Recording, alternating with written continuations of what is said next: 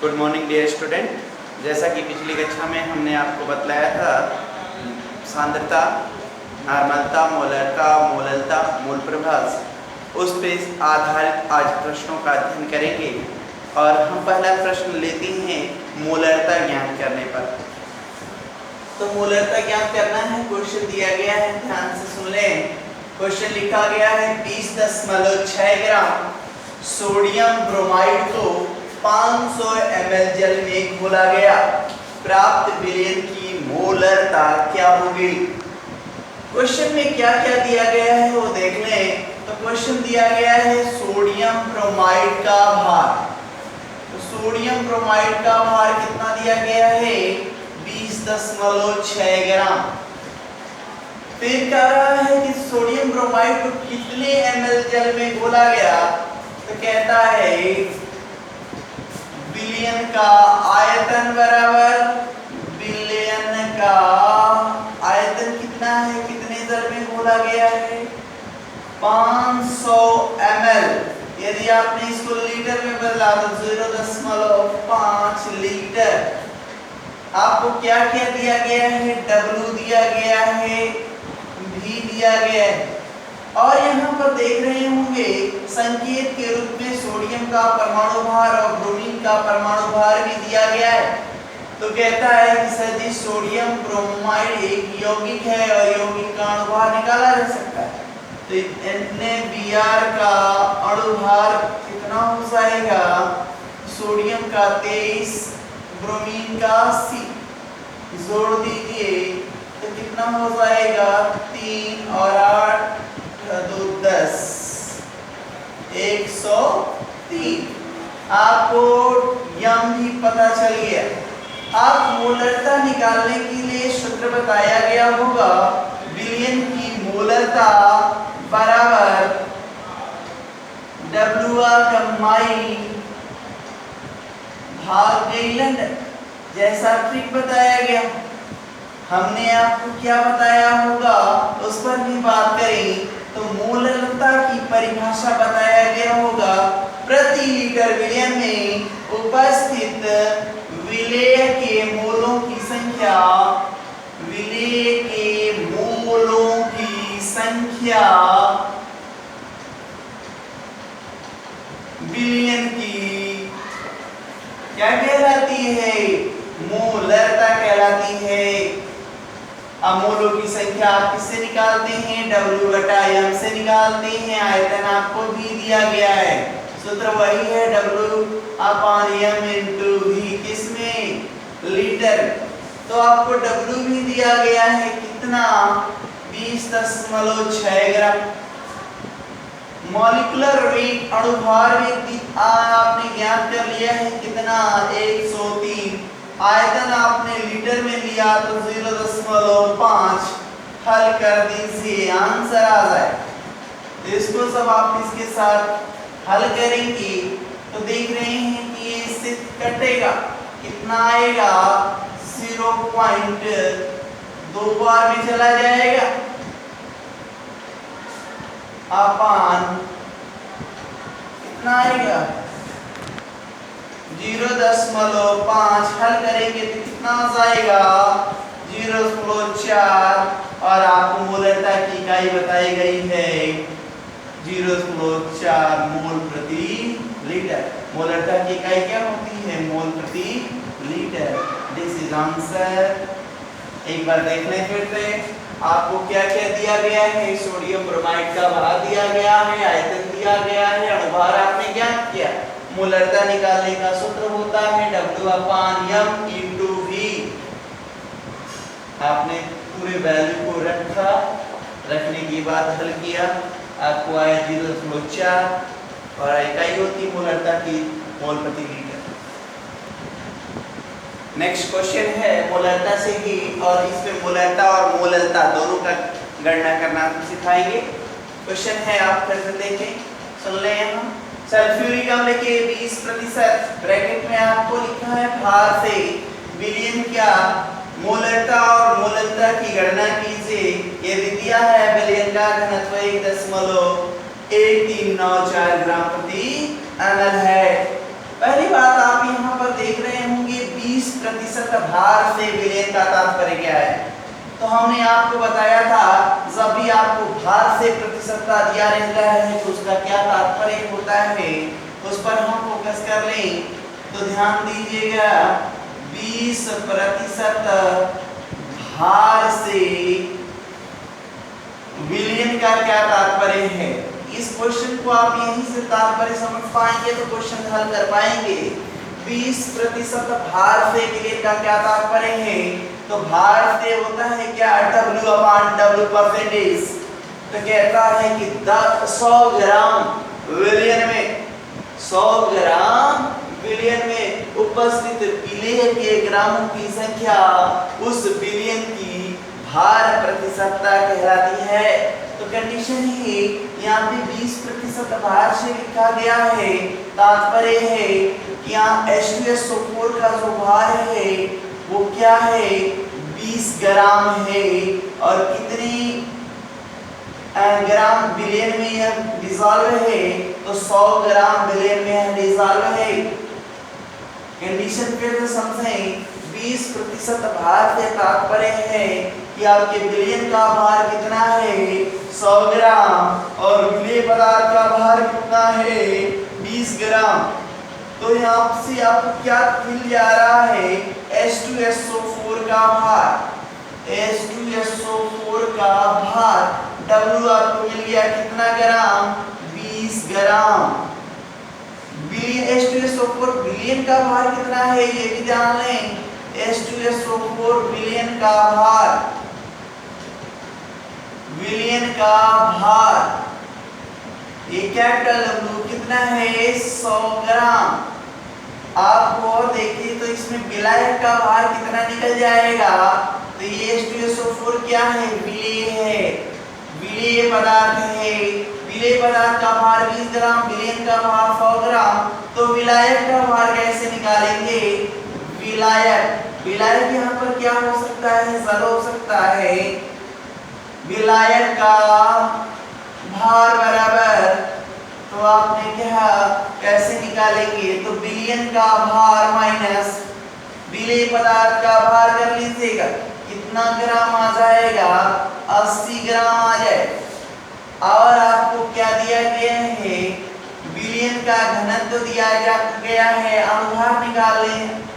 H2SO4 का अणुभार कितना होगा, H2SO4 का अणुभार M, तो कितने हाइड्रोजन हैं 2, एक हाइड्रोजन का परमाणु भार 1, सल्फर कितना है 1 है उसका परमाणु भार 32, ऑक्सीजन कितने हैं 4, तो 4 × 16, टोटल हल करेंगे तो अणुभार कितना आएगा 98। आपको क्या क्या की गणना करना है उस पर भी फोकस करें, ये तो सब दिए गए हैं उस पर बात कर रहे हैं। तो विलयन का घनत्व कितना दिया गया है इस पे भी याद कर लें, तो V बराबर 1.1394 ग्राम प्रति ml इतना दिया हुआ है। अब हमें जो गणना करना है उस पर बात करें, तो ध्यान दीजिएगा गणना करने पर आ रहे हैं हम। तो पहले हम बात करें किसके, मोललता निकाल लेती। मोललता बराबर क्या होता है, तो विलेय के मोलों की संख्या, विलेय के मोलों की संख्या और विलायक का भार का अनुपात ही क्या कहलाता है, विलयन की मोल प्रति केजी में मोललता कहलाता है। तो विलय के मोलों की संख्या को कैसे निकालते हैं, तो W/m, तो इसको हल करने पे पहले क्या W/m इनटू कैपिटल W। आपको सब कुछ दिया गया है, वैल्यू पुटअप करें। विलेय पदार्थ का भार कितना दिया गया है 20, अणुभार कितना दिया गया आया है आपने गणना किया होगा, H2SO4 का अणुभार कितना है 98। विलेय पदार्थ का विलयन का भार कितना दिया गया है बिलियन का भार दिया गया है W, सॉरी एक मिनट, इसको कैपिटल W ना माने, इसको कैपिटल W माने। विलायक का भार की बात करें, कैपिटल W कितना है, बिलियन का भार 100, तो विलायक का भार कितना, तो 80 ग्राम। हमें किसमें लेना है, किलोग्राम, तो 80 ग्राम को किलोग्राम में बदल देंगे, कितने से, 1000 से भाग देंगे, कितना आ जाएगा, 1008 किलोग्राम। यहाँ पर वैल्यू फुटअप कर दी से कितना हल करने पर आ जाएगा,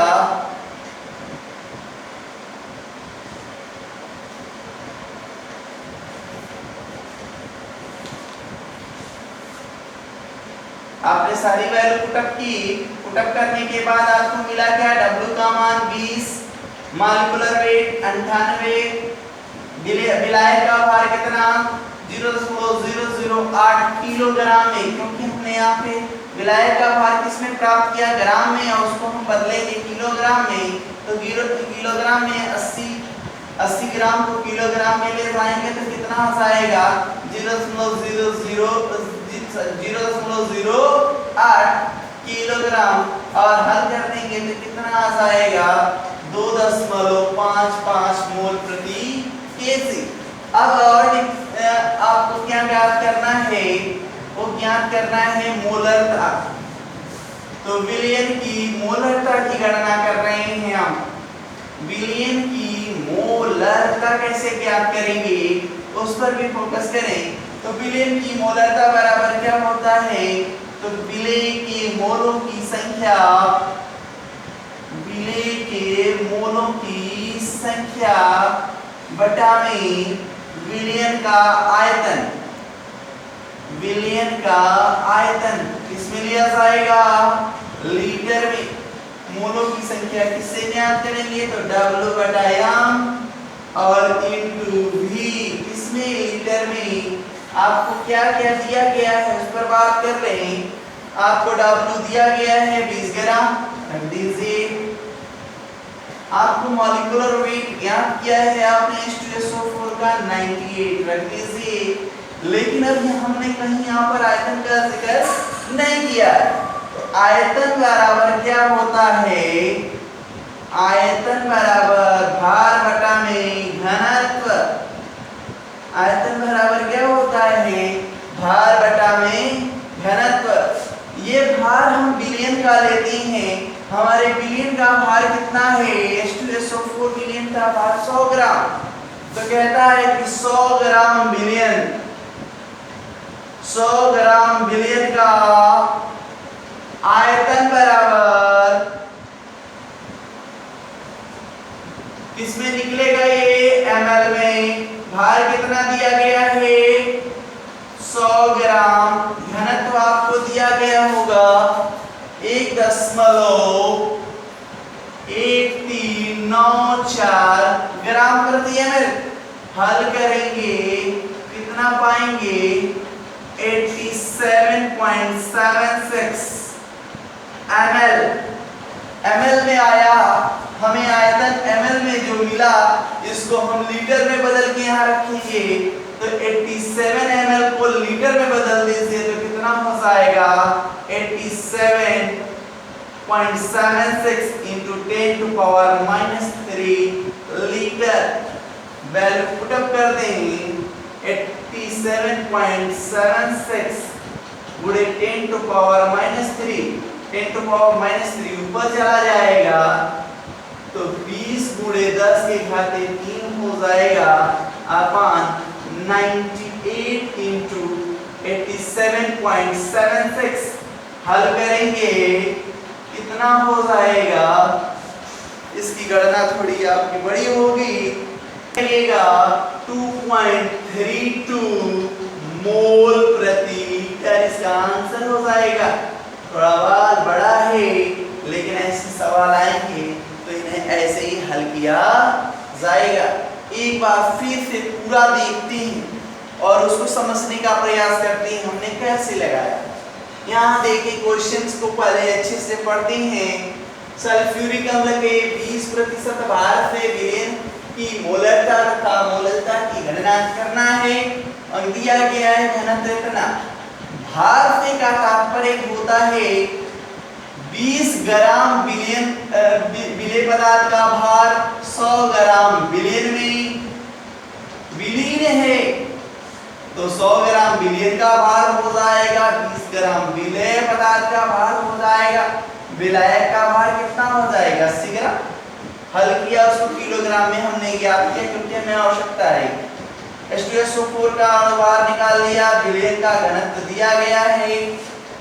हल करना है, पहले मोलरता निकाल लीजिए फिर मोललता, चाहे मोललता निकाल के मोलरता, क्योंकि दोनों अलग अलग, क्योंकि मोलरता ताप पर निर्भर करती है, मोललता ताप पर निर्भर नहीं करती, क्योंकि मोलरता में आयतन होता है जबकि मोललता में भार होता है।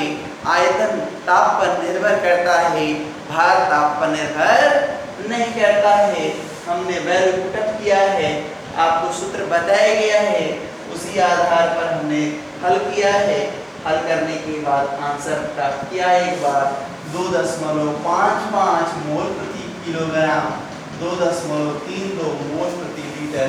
जो मोल प्रति लीटर में आया वो मोलरता, जो मोल प्रति केजी में आया वह मोललता।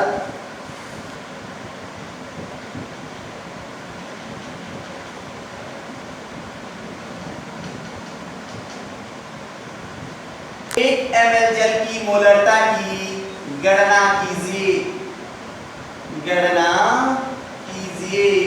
दिया है जल का घनत्व 1 ग्राम प्रति ml। क्वेश्चन पे थोड़ा सा फोकस करें। यहाँ पर तो हमने दे दिया, ये नहीं दिया होता तब भी सवाल लगता और आराम से लिख जाता। क्या दिया गया है वहां से हम देख लें। तो मोलरता की गणना करना है, घनत्व दिया गया है 1 ml दिया गया है और यहाँ पर ध्यान दीजिएगा घनत्व 1 ग्राम प्रति ml की बात कर रहा हूँ। घनत्व मतलब 1 ml कितने के बराबर, 1 ml का भार क्या हो जाएगा, 1 ml का भार बराबर 1 ग्राम। यही प्रति ml का तात्पर्य होता है और जल का एक ही होता है, इसलिए भार आप आयतन बराबर भार बटा घनत्व भी करेंगे तो यही पाएंगे। आप सब कुछ देखिए, यहाँ पे आपको जल का अणुभार कितना होता है, H2O का अणुभार सभी लोगों को पता है 18 होता है और आपको भार दे दिया गया, अणुभार आपको दे दिया गया, आपको आयतन की बात करना है। तो विलयन का आयतन या यहाँ पे तो जल का आयतन दिया गया है ना, जल का आयतन कितना है 1 ml। ml को लीटर में बदल दे तो कितना हो जाएगा 10⁻³ लीटर। और हल करने पे आ जाए तो क्या होता है मोलरता बराबर, तो मोलरता बराबर होता है W कमाई गई लंदन। तो W आपको कितना दिया गया है 1 ग्राम। अणुभार कितना दिया गया है 18। आयतन कितना दिया गया है 10⁻³ लीटर।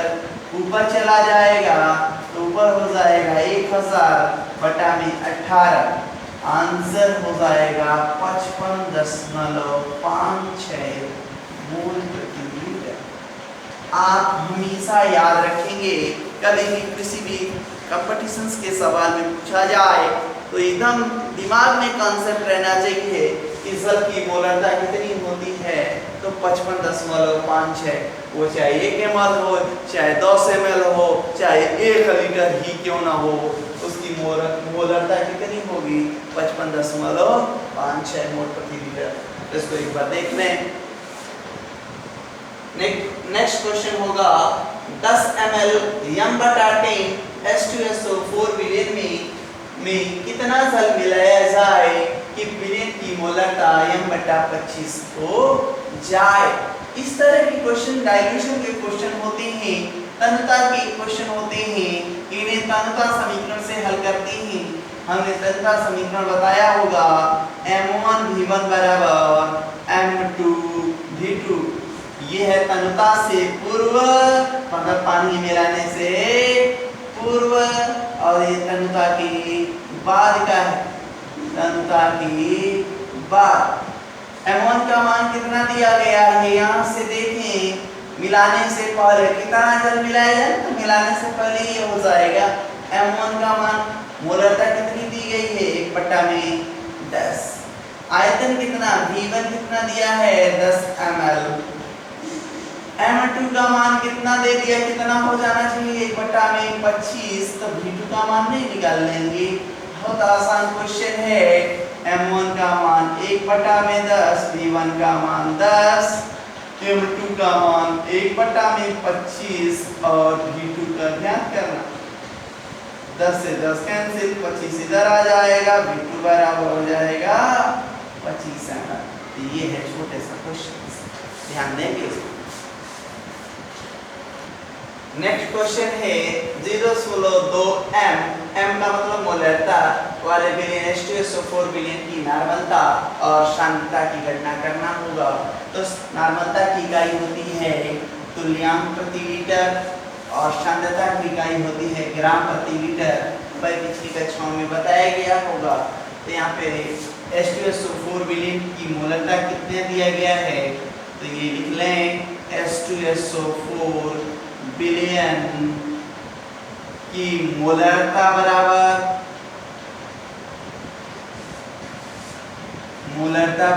0.2 मोल प्रति लीटर। यम का मतलब यही होता है।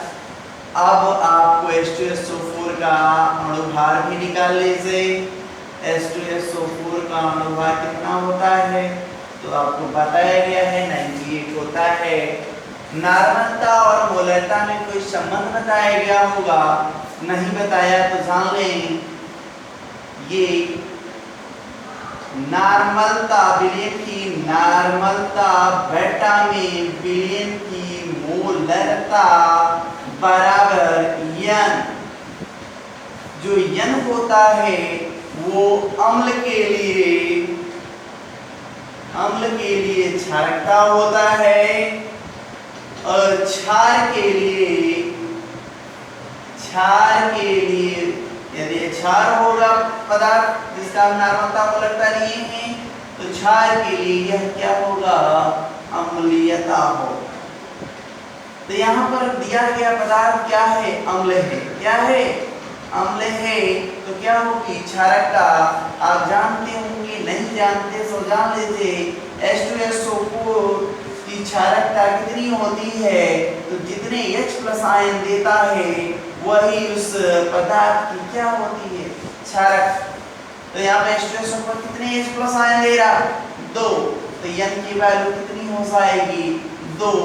नार्मलता आपको ज्ञात करना है, मोलरता आपको दिया गया है और क्षारकता दिया गया है n बराबर 2।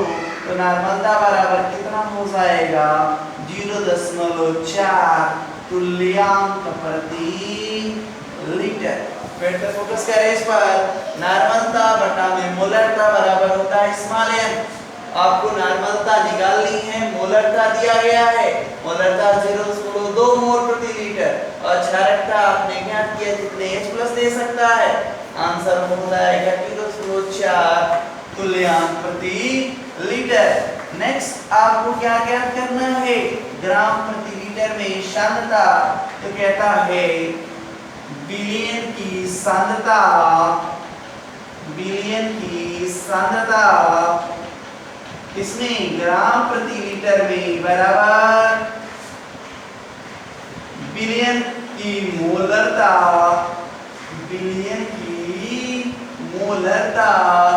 गुणे पदार्थ का अणुभार।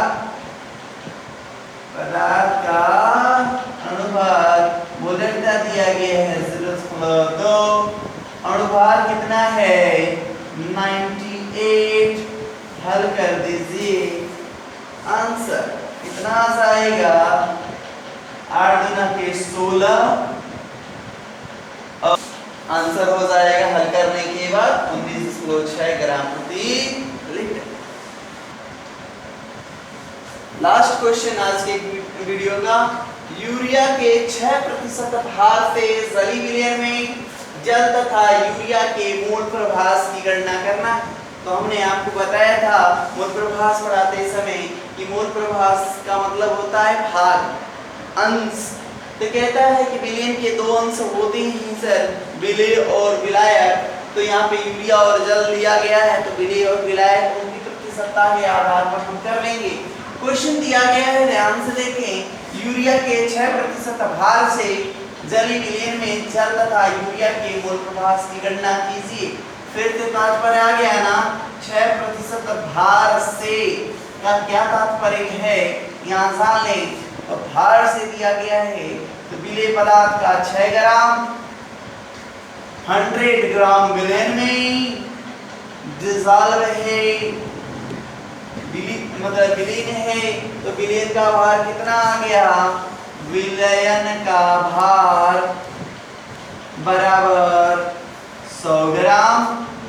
विलेय पदार्थ का भार कितना दिया गया है, विलेय पदार्थ का भार स्मॉल w की मैं बात कर रहा हूँ, तो 6 ग्राम। यहाँ विलेय पदार्थ क्या है, यूरिया है, तो यूरिया का भार हो गया आपका 6 ग्राम।